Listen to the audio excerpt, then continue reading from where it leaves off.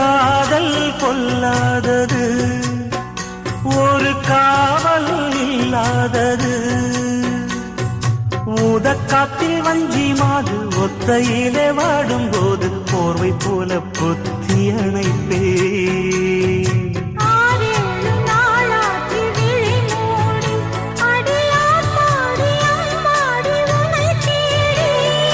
நீதானே மானே என் இளஞ்சோடி, உனை நீங்காது என்றும் என் உயிர் நாடி.